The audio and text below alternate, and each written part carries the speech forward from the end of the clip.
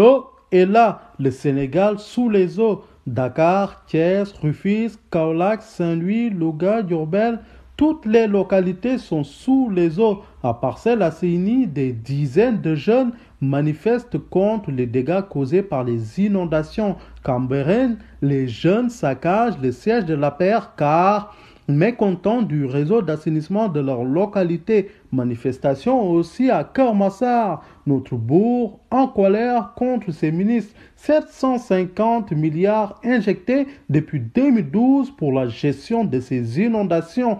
D'ailleurs, un rapport est demandé à Serine Baïtiam, ministre de l'eau et de l'assainissement de Abdou Diouf à Macky Sall. Le Sénégal est toujours inondé. Pourquoi nos gouvernants n'y arrivent pas? Il y aurait du business sur les inondations. C'est pourquoi rien ne bouge, balance Pape Djibril Fall. Barthélémy Diaz attaque 750 milliards dans le vol, la malgouvernance. Pendant que le peuple est inondé, des politiques nous inondent de débats sur les statuts de chef de l'opposition. Le débat continue. Qui mérite le statut de chef de l'opposition?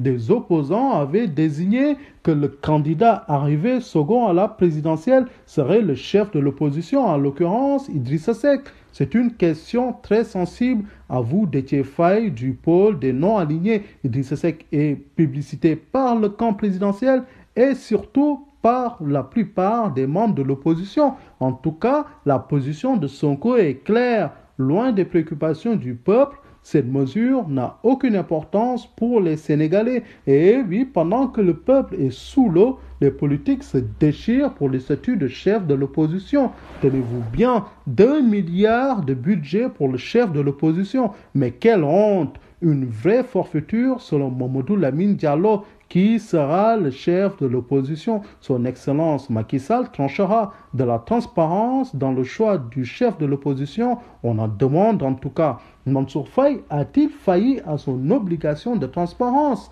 Le ministre confronté aujourd'hui au comité de force Covid-19, il peine à mettre à la disposition les pièces justificatives des dépenses engagées sur les 69 milliards destinés à l'aide alimentaire. Dans un contexte aussi difficile, comment un ministre peut-il engager des dépenses sans justificatif? Ferait-il du corona business pendant que le coronavirus fait des ravages? On pourrait tout de même souffler. Pas de décès de coronavirus en 24 heures. Le professeur Seydi et son équipe travaillent actuellement sur un nouveau traitement spécifique de la COVID-19.